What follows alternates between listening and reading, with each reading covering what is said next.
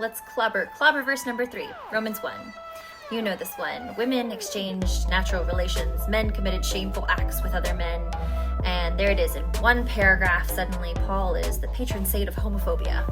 Let's back up a little bit. Romans is a letter written to a church in Rome for a very specific purpose.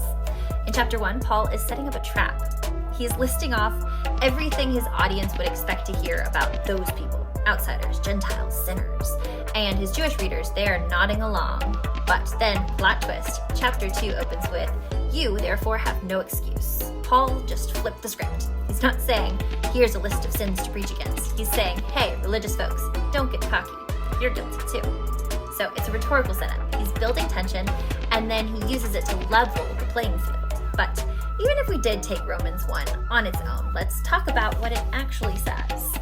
It is not describing loving, mutual relationships. It's talking about excess, idolatry, and exploitation, turning people into tools or objects to use, forgetting that every person is sacred.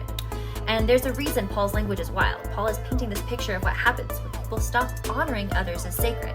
It's about power, not orientation. But guess what? Paul also says later in Romans that nothing can separate us from the love of God.